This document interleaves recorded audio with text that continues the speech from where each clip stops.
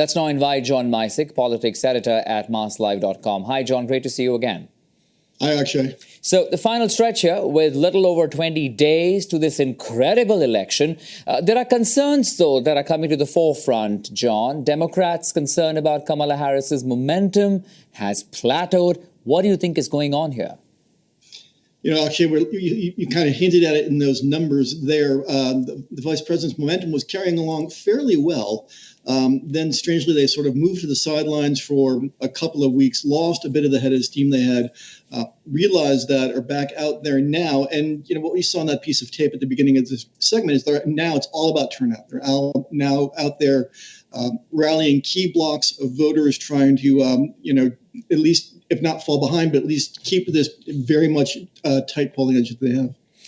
Let's take a look at the key swing states, since we're discussing how they really matter where this election campaign is concerned, and the electoral college that they have. We have a graphic here that shows how important really it is for them, Kamala Harris or Donald Trump, to have the state of Pennsylvania, for example. We're talking about 19 in terms of the number there, but indication is that he is ahead in Arizona. Kamala Harris has a lead in Pennsylvania. Talk to us about what's happening with the other battleground states here. Sure enough. Pennsylvania, you can't overstate the importance there, Akshay. 19 electoral votes. That is the biggest prize on the map this campaign cycle. There is no pathway to the White House without it. You see Michigan there with its 15 electoral votes. Wisconsin, I believe, had 10. All of those states vitally important, the so-called blue wall. The Democrats have to hold those states and then pick up a couple of others, perhaps North Carolina, where the former president was up by just 1 percentage point in the polling averages. And then, perhaps even in Arizona, she can carve away some of the lead there. It's all about carving off margins of voters in those key states to try to get to 270 electoral votes. That's the number you need to win the presidency. So what do you think either of them really need to do here to move the needle? Because as we know, this still continues to be an extremely tight race between these two candidates. Sure. I mean, at a certain point, Akshay, these polling margins become the actual numbers. 1, 2 points. It's all about, it's all about carving out individual blocks of voters. It's all about turning out their own bases. It's about getting voters excited. Some great reporting today by the Washington Post about the different approaches the two campaigns are taking as the race heads into the final stretch. The Trump campaign, sort of with an air of bravado about it, already sort of feeling as if victory is within reach. Democrats sort of stressing that they can't let their foot off the gas for a moment.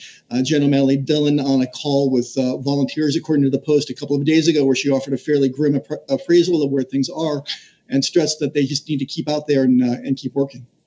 I'm going to ask you two questions in one, John, which is, on one hand, we have Democrat heavyweights coming out, Barack Obama, Bill Clinton, and a very, very stoic message that Barack Obama had for black men, as we know. On the other hand, we have billionaire Elon Musk on the campaign trail supporting Donald Trump.